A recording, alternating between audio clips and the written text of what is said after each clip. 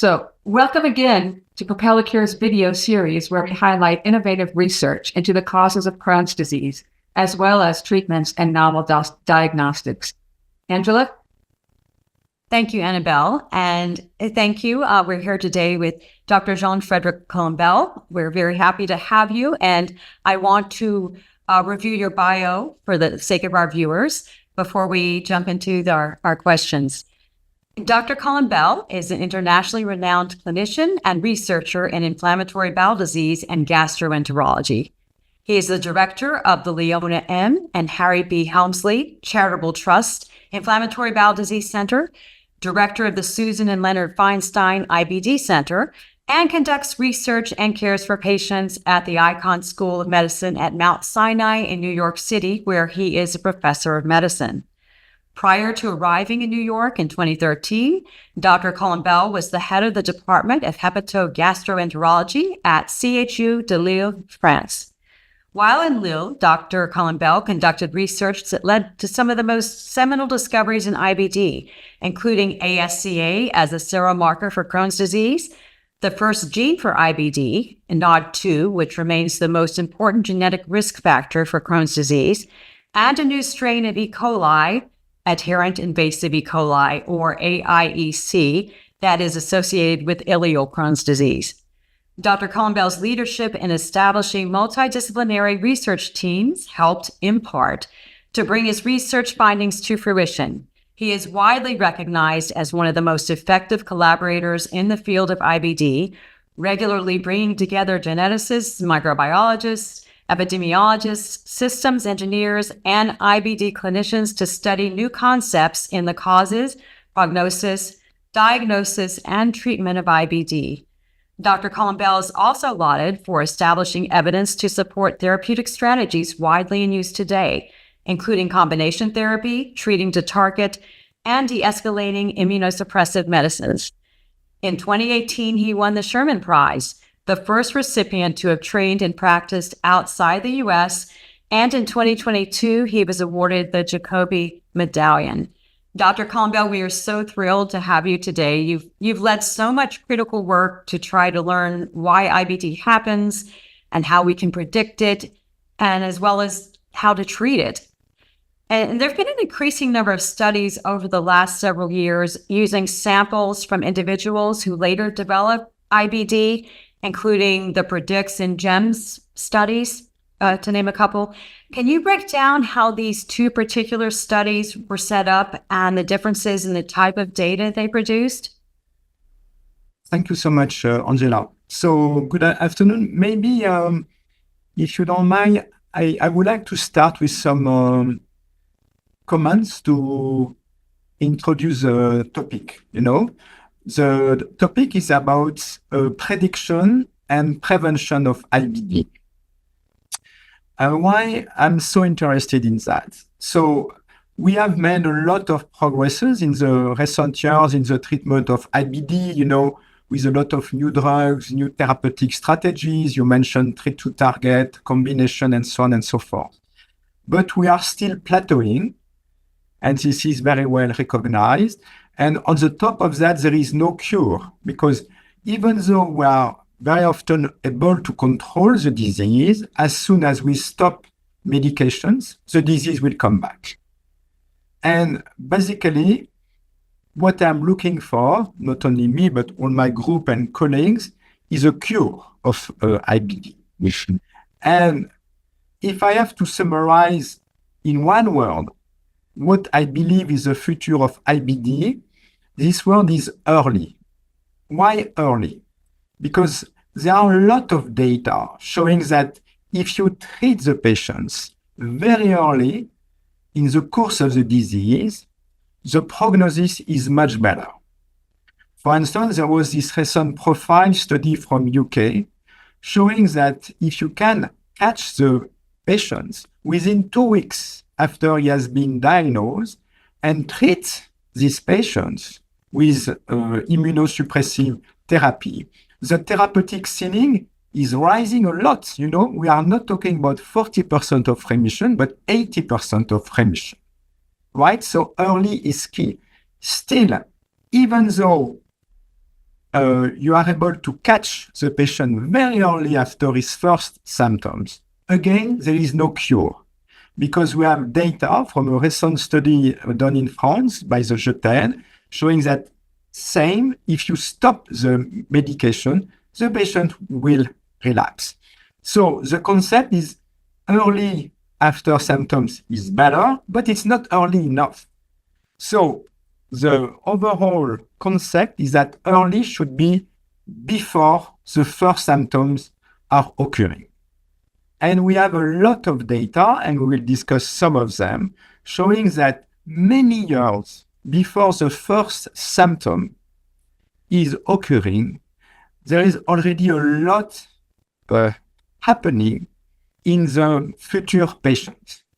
This patient who is genetically predisposed, in contact with environmental factors, detrimental environmental factors, mostly during childhood, which is very important for the immune function to develop, then there is something which is happening, which is invisible, no symptoms. But at the mucosal level, at the luminal level, the microbiome is changing. There is already something changing in the immune system. There is already something about the intestinal permeability, which is increased. And then this process is amplifying with apparition of antibodies, change in the innate immune system and the adaptive immune system, again, invisible. And then suddenly, very often triggered by something else and a new environmental factor like an infection, the disease is happening, meaning the symptoms are occurring. So the overall concept is the following. If we could understand what is this preclinical life, what are the early events that are occurring up to 10 years before diagnosis, this could be amazing in two ways. First, we could develop a kind of risk prediction tool based on biomarkers that could allow us to determine, for instance, in people at risk of developing the disease, like in families, who will develop the disease.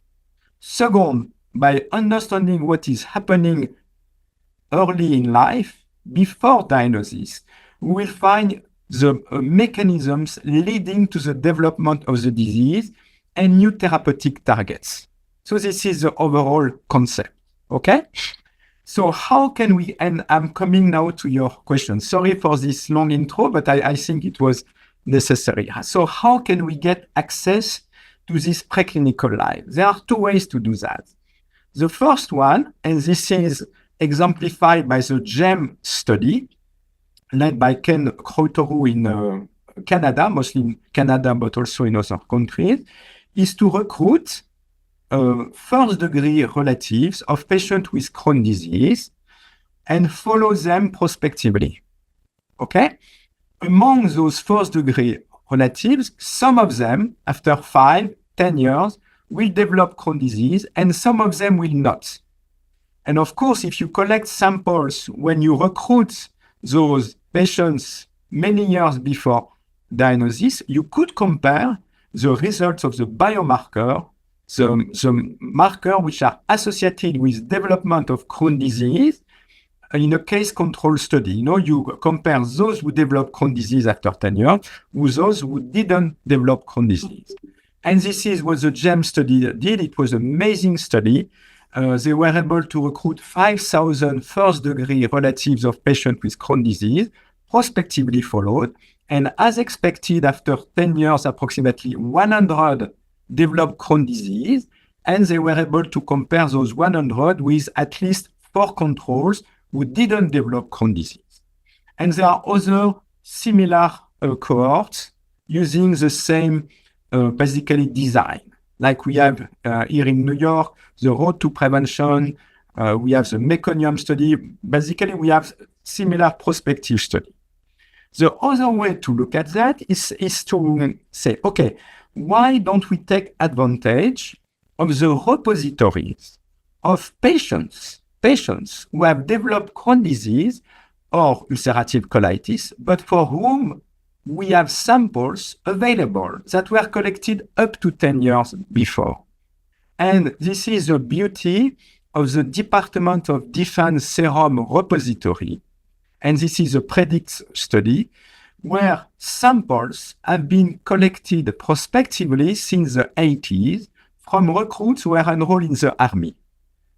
All the recruits, and this was made mandatory in the 80s because of screening for HIV, they are giving blood when they are recruited, and then every 2 years. And then among all those young, mostly guys, some of them will develop Crohn's disease, ulcerative colitis, diabetes, multiple sclerosis, because they are, of course, this is a natural risk of getting those diseases. So then you can link the clinical data, which are available in the army, which is very well organized, with this serum repository. And then you can get access to blood samples collected at diagnosis 2 years before, 4 years before, and up to 10 years before. So this is a beautiful resource because not only you have access to preclinical samples, but because of this longitudinal character of the study, you can trace the development of the biomarker across time. What is going down, what is going up. So this is a second type of resource, and there are a lot of repositories across the world. And I want to make this point very early. There is not one study that will be able to solve the problem. This is why I'm leading with some other colleagues an effort to work together. In US, we have the PROMISE Consortium with GEM, the Nerve Cell Study Cohort led by Ahmed Khalili, and PREDICT. And great news, we just got a huge European grant called INTERCEPT, where we'll be able to collaborate with a lot of countries over Europe. And they have also access to serum repositories from Denmark, Sweden, Germany, France, Spain, Portugal. Thank you for that fantastic overview. So there's a lot happening in this field. And so we're seeing preclinical changes up to perhaps 10 years before symptoms. So I assume these are gradual changes in the biomarkers, and what types of biomarkers are being used to measure these changes? So right now, we are trying to take advantage of what we have. So let's, for instance, talk about PREDICT. PREDICT, the beauty is that we have multiple samples with longitudinal sampling, but it's only blood. So we can only look at blood biomarkers. For instance, we have discovered that ASCA, that you mentioned in your introduction, which is still the best serological marker for Crohn's disease, is present in the blood 10 years before diagnosis. This is fascinating. 10 years before there is no symptom, and this was our first discovery. We looked at proteins. There are beautiful platforms such as Olink, Somalogic. You can screen for thousands of proteins, and we discover some proteins which are specifically associated with Crohn's disease and changing over time. We discover other antibodies, such as antibodies against GM-CSF, which is another cytokine, also associated with the development of Crohn's disease. The first antibody, again, an integrin alpha V beta 6, associated with the development of UC. So we found a lot of blood biomarkers, and one of the most recent discovery was about the glycome, the glycosylation of immunoglobulin in the blood, which is a very interesting predictive marker of development of Crohn's disease. And I can elaborate more on that because I strongly believe this glycosylation could be a very early event that can be targeted in the development of Crohn's disease. Then in GEM, the beauty of GEM, of course, they have less people, only 100, but they don't only have blood, they have blood sera, they have DNA, and they measure intestinal permeability, and they have stools for microbiome.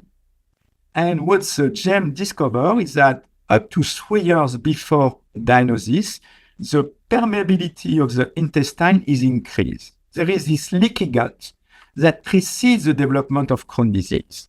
And not surprisingly, this was expected, but beautiful result. There is change in the microbiome. This concept of dysbiosis, basically more pro-inflammatory bacteria and less anti-inflammatory bacteria, preceding the development of Crohn's disease. So again, there are a lot of multiple biomarkers. So the goal now is to work together to try and link all those biomarkers, because you have one biomarker. So what does that mean? But we need to combine them to find pathways. What are the pathways leading to the development of Crohn's disease? How those biomarkers are linked together? What's the story, basically? What's the story from the beginning that we could eventually target? And from these, from these biomarkers and other factors, are we going to be able to tell how complicated or severe a course of IBD someone may face by studying these? This is a very good question, Angela. And this was one big surprise that we made when looking at those biomarkers. I always thought that when you get complication of Crohn's disease, this is because basically the disease is not well controlled after the first symptoms. And then, for instance, in Crohn's disease, you start with inflammation and then you get obstruction, you get fistula. This is the concept of progression of Crohn's disease. But strikingly, we found biomarkers up to 10 years which are associated with complicated disease at diagnosis. So the disease has not even started. So that means that maybe complicated Crohn's disease is a specific phenotype which is associated with different pathways. For instance, the GM-CSF antibodies that I earlier described are specifically associated with complicated Crohn's disease at diagnosis. And it's very interesting because there is older work from Ted Denson group and others showing, and this was already known, that when you have these GM-CSF antibodies at diagnosis, the course is more severe. But what we found is that when you have these antibodies 10 years before, the presentation at diagnosis is more severe, which is completely, to me, it was really mind-blowing when we discovered that. Yes, yeah, indeed it is.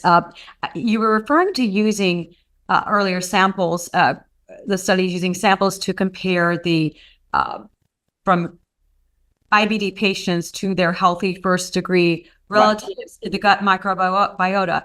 So, what have you found in comparing those early on, those samples? So, and now this is coming. So, this is what I mentioned from the beginning. What we could do from all those biomarkers and combining biomarkers, first, try to combine those biomarkers to see if we can increase the predictive value of those biomarkers when comparing them, so that we have a high predictive value, which is good enough, accurate enough, predictive enough to propose to further in the future to families to test, for instance, their first-degree relative to see if they are at risk or not to develop Crohn's disease. And second, find therapeutic targets. For instance, it looks like the microbiome is disturbed before diagnosis. So how can we restore the microbiome? With diet.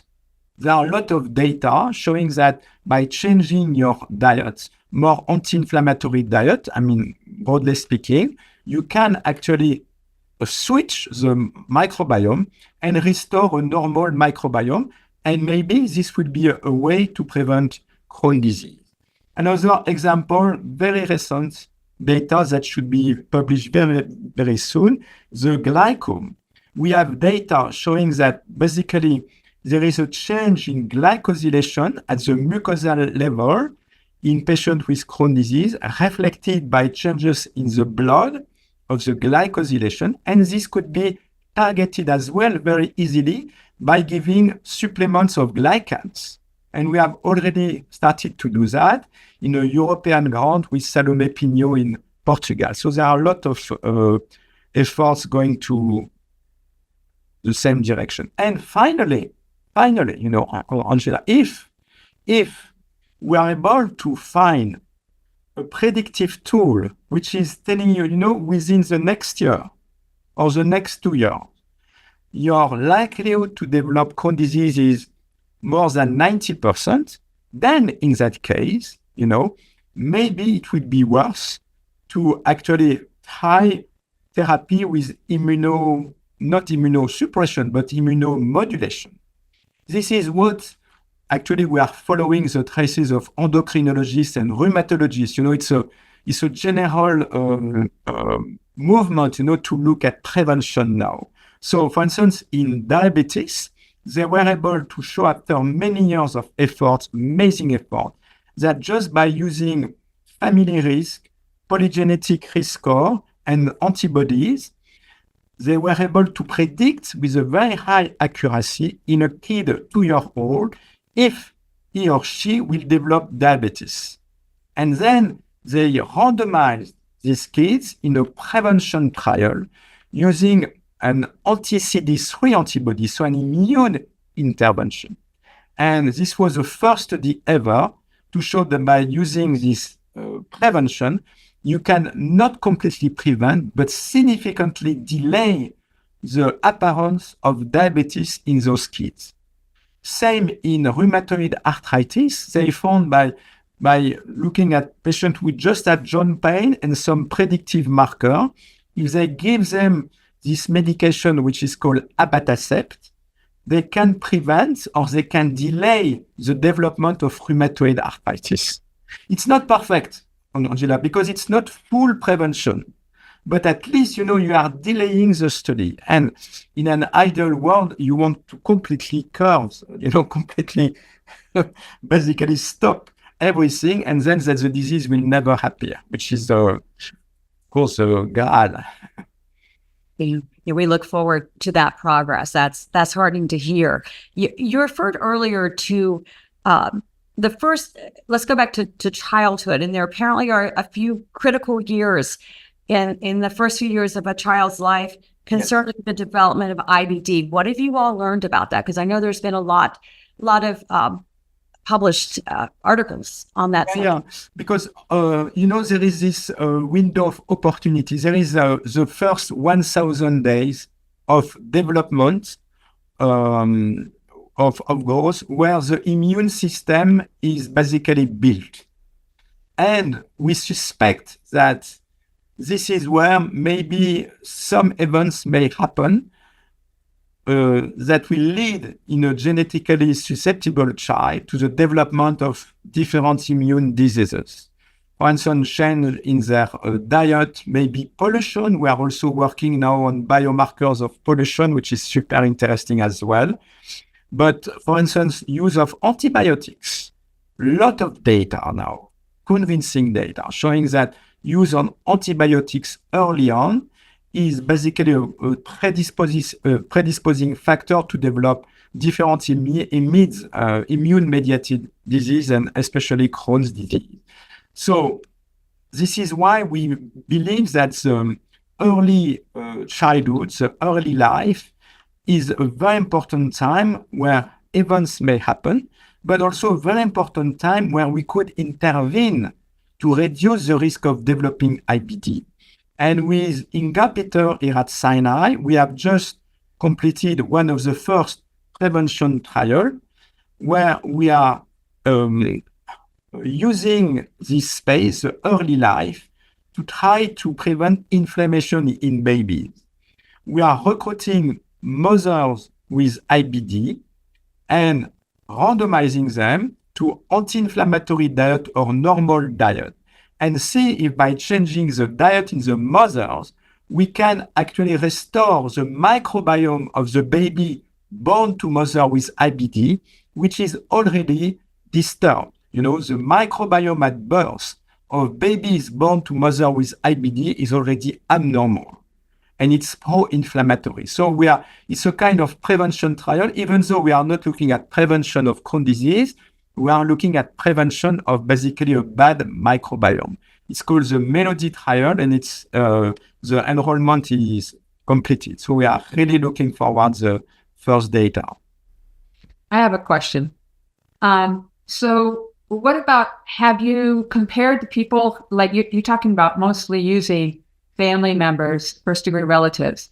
Have you compared the data that you've gotten from those studies with the data from people who's, like in my family, where there was no history? Exactly. Very good question, Annabelle. Yeah. And this is what I mentioned from the beginning. All those studies are different. So this is why we are working in this PROMISE consortium, which is supported by Hensley, where we bring all the samples from GEM, from PREDICT, and from nurse cell study core. Because you are right, what are the signals, the biomarkers that were found in GEM, the same as in PREDICT, where in PREDICT we are comparing people, patients and control, not first degree relatives. Mm-hmm. We already have some data showing that many of those biomarkers are actually similar. For instance, the ASCA, similar, GM-CSF, same. We found the same in a prospective cohort and in retrospective cohort. But this is a very good point. So there is a long way to go, because we need to compare all our data, to merge the data from different sources in order to validate what we have found either in PREDICT or in GEM. You mentioned antibiotics. Angela, I have another one. Sorry. The glycosylation. Can you describe what that is? So, at the surface of your gut, you have what we call a glycocalyx. It's full of sugar. It's a mucus. It's full of sugar, right? And this is the first interface between the lumen and the gut, between the bacteria and the gut, And there is evidence, again, mostly from the work from Salomé Pinho in Portugal, that the glycome, the sugars expressed at the surface of this glycocalyx are modified in Crohn's disease. And this modification is something which is influencing the microbiome. The microbiome is in direct interaction. And because of this change in glycosylation, the microbiome is changing as well. And there is also evidence that the immune system, which is influenced by this glycosylation as well, is becoming pro-inflammatory. So this is very interesting because we know that why the glycosylation is changed in the IBD. And then it's come to the environment. We know that what is driving Crohn's disease and UC, something that has happened in the environment. This disease is spreading all over the world. Why? And everybody, of course, is thinking about diet or pollution, right? And we have very interesting data showing that the diet can directly influence the glycosylation and pollution as well. For instance, very interesting preliminary data from Manassi, Agrawal, and Salomé Pinho as well, showing that PFAS, the eternal pollutants, the PFAS can influence the glycosylation as well. So, if I may, we can even start to make a whole story, about the environmental factor changing glycosylation and then the microbiome. It's hypothetical. I won't say this is hypothetical, but it looks like the pieces are coming together eventually. Okay, we've been talking about some environmental factors. You've mentioned a few, pollution, antibiotics. There are other things, urban living, the diet, ultra-processed foods, right. Infections, smoking, NSAIDs, herbicides, chemicals, microplastics. Do you believe any of these environmental factors are more likely to trigger the disease compared with others? What are the top culprits in your mind? I think it's difficult, the point is that first it's difficult and Angela, it will be difficult to target, because if you want to prevent by reducing pollution, my gosh, this is something I'm not sure is easily feasible. I think the most likely environmental factor is certainly diet, right? There are a lot of data showing that change in diets associated with the modern world, there are a lot of data about ultra-processed food can basically increase intestinal permeability, change the microbiome, and so on. So a lot of data about the diet. So if there is one environmental factor that looks quite important, maybe the most important, it may be the change in diet, even though we need to stay open-minded, because maybe it's something else, maybe it's something pollution, maybe it's some infectious agents that we have not yet discovered. Who knows, but obviously there are a lot of data, mostly experimental data, epidemiological data, pointed to the role of the diets, ultra-processed food, and so on, use of meat and so on, triggering the development, not only for IBD, actually, this is true. Yeah. But, we need to keep an open mind. For instance, I'm pretty certain you have seen this fascinating data in multiple sclerosis, showing that infection with EBV late in age, meaning mostly when you are more than 20, could be a very strong risk factor for developing MS.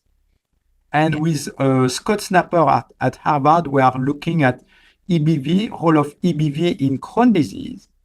And this is something that I hope we will report soon, because maybe it's a common risk factor, again, to develop MS. This is something very important that I would like to mention. Very obviously, there are a lot of factors that can drive the development of multiple IMIDs. We are thinking about rheumatoid arthritis, psoriasis, multiple sclerosis, Crohn's disease, ulcerative. I believe that there may be some common pathways among all those diseases. This is why I really would like to extend the studies that we are doing across all IMIDs. Maybe we will reclassify those diseases. We'll find that, these diseases are clustering together. And there are some common pathways leading to the development, of Crohn's disease and rheumatoid arthritis, for instance, or something else. I've wondered if the diet sort of prepares, if you want, that's probably a poor term, but prepares the gut it makes it so that it's much more susceptible to a pathogen coming in, and that the ultimate trigger was a pathogen, but maybe not the same pathogen for everyone. So that, it could be E. coli for some, and it could be EBV for another person. Is that? Yeah, it could be. This is a good point, Annabelle. And maybe there is some triggering factor at some point. There is a huge interest also in stress. Right. Because, a lot of studies looking at this brain-gut interactions that we are now able to study. And, I always listen to my patients when I always ask them, what do you think is causing your disease? And very often, the number one is stress. So I always tell them, yes, you may be right, but it's not stress alone. Otherwise, I will have Crohn's disease as well. This is what I always mention to them. But it's certainly something that we need to explore further, because it could be, maybe it's not the cause, but it could certainly be a triggering factor. Stress, there is big interest in sleep as well, lack of sleep, bad sleep, there's a lot of very interesting emerging data, but this is something that we need to explore further. Unfortunately, it's not easy to explore preclinical, because you mostly need to rely on questionnaire, and they are not very reliable. This research has progressed because now we have samples so that we can look at objective data, In the past, we were relying mostly on questionnaire. But, for instance, comparing kids who develop Crohn's disease and kids who didn't develop Crohn's disease, and we were asking them about breastfeeding, about, I don't know, about antibiotic, but, there is a huge recall bias. Right. I've seen some conflicting studies on that too recently, which it's just mind-boggling. And I'm glad you brought up the EBV, because we had seen some small studies on that. I'm so glad there's more being done on that possible link, as well as stress. Just it's amazing when you think back the past couple of years of how much more we're seeing cumulatively on those various topics. It's so needed. We're so grateful. If you think about it, Angela, EBV could be targeted with the development of the vaccine. Right. Yeah. But would somebody have to be actually exposed and sick with it, or can they? No, the point, Angela, we are all exposed to EBV, Right. Sometimes very young and sometimes late. And it looks like when you are exposed very young, it's not a risk factor. It may even be a protective factor. It's only when you get EBV relatively late. And there are multiple theories why EBV can drive immune-mediated disease. It's still uncertain, but I know that neurologists are looking at that because, of course, they are very interested for MS. We've talked a lot about diet, which is, of course, related to urban living. But interestingly, you actually co-authored a study published this past spring that found a correlation between agricultural settings and IBD, possibly. Can you share some of those findings with us? Yeah, this is coming to pollution. When I was still in France, we had a large IBD registry of incidental cases of IBD. And we found that actually IBD was clustering. There were parts of northern France with a very high incidence of Crohn's disease. And this part of high incidence were part of intensive agricultural resource, very large, not like cattle and so on, large farms were mostly, corns and so on. So this was the first observation. And this has been confirmed in a Danish study that, because we are also working in close collaboration with the Predict Center in Denmark, which is an amazing center because in Denmark they have access to everything for all their inhabitants. And they looked at the geographic distribution of new cases of IBD, and they found as well a higher incidence of Crohn's disease in agricultural resource, in place where high intensive agriculture as compared to other places, and much less in green part of the country, where there were forests and so on. So the green spaces seem to offer more a protective effect. Yeah, exactly. We are also looking at something of huge interest and rising interest, Angela, which is the role of plastics and the role of microplastic and nanoplastic. So again, this is something new. It could be, there are a lot of data showing that it can influence the immune system, it can influence the microbiome. So we have ongoing studies also looking at the association between microplastic or nanoplastic exposure and the development of IBD, for instance, in babies. Yeah, it's been amazing to read the coverage of the particles being found in organs and in the system of Yeah, my main concern is that even though we found it would be difficult to prevent, because, for instance, imagine that we want to decrease the use or your exposure to microplastic. This is why I'm using this, not a plastic bottle. But, I mean, we are exposed every day, right? It's very, very difficult. And even when we want to look at exposure to microplastic in biological samples, it's super tough because we can't use tubes with plastic, and everything is in plastic these days. So you've talked about, trying to study across diseases to find answers for IBD. Can you tell us how the development of IBD compares to other immune-mediated inflammatory diseases, such as lupus and rheumatoid arthritis, for example? So there are similarities, meaning that there are a lot of data now showing, for instance, in rheumatoid arthritis, that the microbiome may also matter. There are antibodies in rheumatoid arthritis, such as citrulline antibodies appearing in the blood many years before. And those diseases are clustering. It's very well known that if you develop Crohn's disease, your likelihood to develop another immune-mediated disease is increased as compared to controls. But now, how they are linked, this is what we are trying to look at.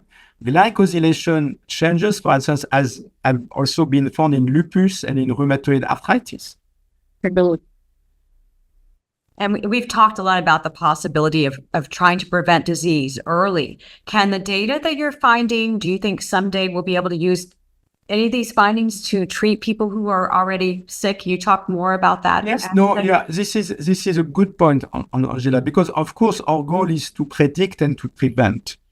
But the tools, the targets that we are identifying in the preclinical life could be also good therapeutic target in the post-clinical, in the post-diagnosis life. For instance, this GM-CSF, anti-GM-CSF antibodies are also found after diagnosis. And what we discover is that the GM-CSF, this cytokine, is abnormally glycosylated again, leading to the development of antibodies. So we are working with a team with Josh Korsenik in Boston, Arthur Morta in Toronto, in developing a new GM-CSF formulation, which should be able to escape the antibodies and can restore the role of GM-CSF as a cytokine, which is a key cytokine regulating the immune system. And this could be applied after diagnosis, not only as a prevention. Same for the microbiome. There are a lot of efforts trying to manipulate the microbiome after diagnosis. A very interesting clinical situation that could look like a preclinical is a recurrence of Crohn's disease following surgery. When basically you restart almost from scratch. So we have ongoing studies as well, trying to compare what is happening preclinical and following surgery when the disease is starting back. Is it the same? Is there a kind of resetting of the disease following surgery, which is also super interesting, because if we can find that, then this could lead to the development of tools to prevent the recurrence of Crohn's disease, for instance. After surgery, same, we have patients with our medication. We can bring them in deep remission, and we did studies, and you mentioned that earlier, when we try to stop medication, because we are saying, okay, this patient is doing so well, no more symptom. We scope them, perfect. It looks perfect. Let's try to stop. Unfortunately, when we stop, most of the patients, not all, 50% approximately, will relapse within 2 years. But very interestingly, there is a subset who don't relapse. And I'm very interested in looking at those patients. What is making those patients almost cure, because I'm very cautious because you need long follow-up to show that. But, we have stopped everything. So no medication and no disease, which is a definition of cure. Same after surgery. We published this data recently as well from the Danish registry. When you do surgery for Crohn's disease, there is a subset who don't relapse and they don't need anything after 15 years. They are cured again with lot of question, but very interesting. Why? What is characterizing those patients? So it's very interesting to compare all those biomarkers, what's happening before Crohn's disease and after the diagnosis has been made, but when the patient has been brought in deep remission using surgery or medication and the disease is coming back. How is that similar? Yes or no? Is there a resetting of the disease? Which is very interesting. So are these subsets of patients that you mentioned, is that who appear not to relapse? Are they currently being studied in Yes. studies right now? Okay. Yes. I mean, we have, yes, this is ongoing studies as well as that we have. I wanted to ask you as a clinician, so many patients face a long wait once they start having symptoms before their disease is finally diagnosed. In my loved one's case, they were diagnosed, had the diagnosis subsequently retracted, and then it was reinstated later, which was incredibly difficult. What makes IBD so hard for clinicians to diagnose? So, Angela, this is, if there is one point which is important, this is this point, because I told you at the beginning about early. And the profile study from UK showed that if you catch the disease very early, not in all patients, but very often you will be able to control and you will get amazing results, okay? It's more true in Crohn's than in UC. The problem, Angela, is that we did a study with the Crohn's Colitis Foundation a few years ago, and if I remember well, 50% of patients whose questionnaire from the CCF were actually had to wait more than 2 years before their first symptoms and diagnosis.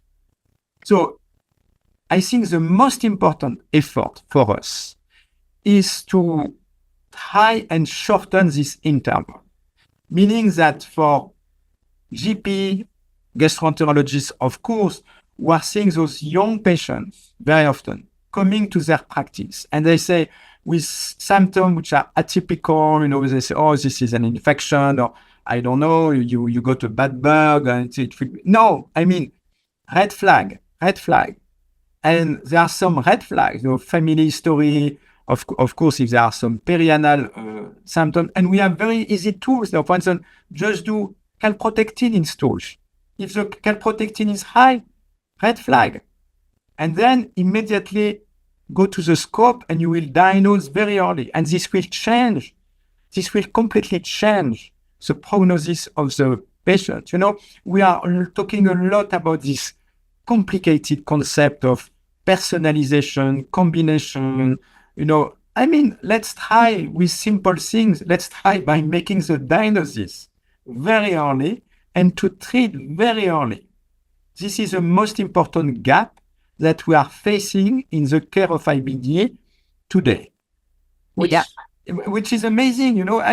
Wow. I think, and it's killing me because I'm still seeing patients coming to my clinic, and I don't tell them, but I am thinking, wow, if I would have seen these patients 2 years earlier, I would have changed his life. Mm-hmm. So for example, you mentioned about the ASCA test? Yes, the ASCA test is not a good diagnostic test, but what we are trying to do, and this is for one of the prevention trial that maybe will happen in Europe, thanks to a big European grant that we just got, which is called Intercept. This is a concept. We will recruit 10,000 first-degree relatives across multiple European countries, and we will screen them with this blood risk score that we are developing. And those who will have high risk score will ask for stools to take for calprotectin. And if the calprotectin is high twice, then we will enroll them in the prevention trial. And so this is exactly what we want to do, very early. And here it's even here it's, there is this different term: prevention, interception, early therapy. Prevention is when you have nothing, Interception is that when you catch the disease before it has manifested clinically, and then early, but they are very linked. It's difficult to know when prevention is leading to interception and then to early. All those different phases are, it's a continuous process, and this is exactly what we want to do. Anything else, Annabelle? No, that's good. It's really good. Thank you so much. This has been really very interesting. What do you see? Like, can you predict, not with the predict study, but can you sort of predict, like, in the next 5 years, what will we as families be able to look forward to? I think right now, of course, because so what we are trying to launch as well is this kind of high risk clinic where we could, because very often the parents are asking, what should I do, for my kids, and then this is what we want to do at Sinai, and we want to do that in other places, is to build this structure of high risk clinic, maybe where we could see the parents and discuss with them, what do we know? What's the risk for your kids? What can you do at this stage?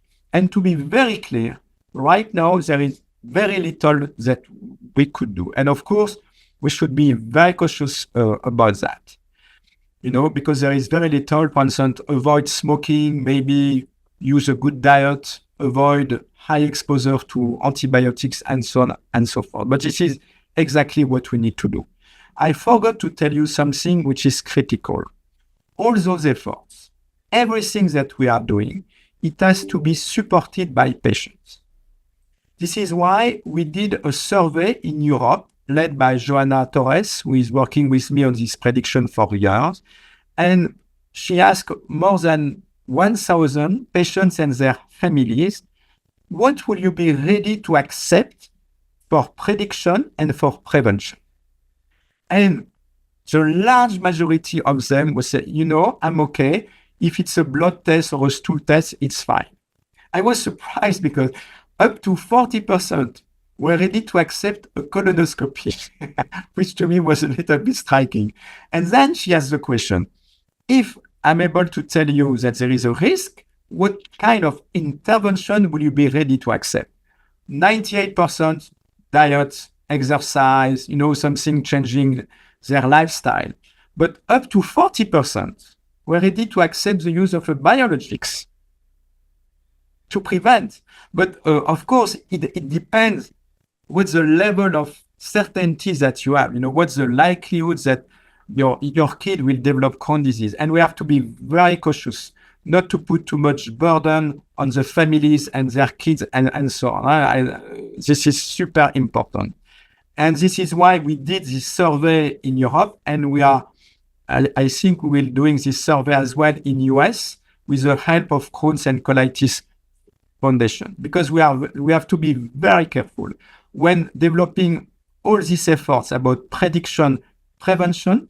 We need to do that with the families, with patients and their families, to be certain that what we are doing makes sense for them and that they are ready to accept. And they will tell us, okay, this is fine. No, this is not fine. We need them to tell us what they would like us to do, basically. Dr. Colombel, thank you so much for being with us here today, for leading and being a part of so many important efforts and being out in front, trying to come up with answers for us. We really appreciate it. But the future is bright. I strongly believe it.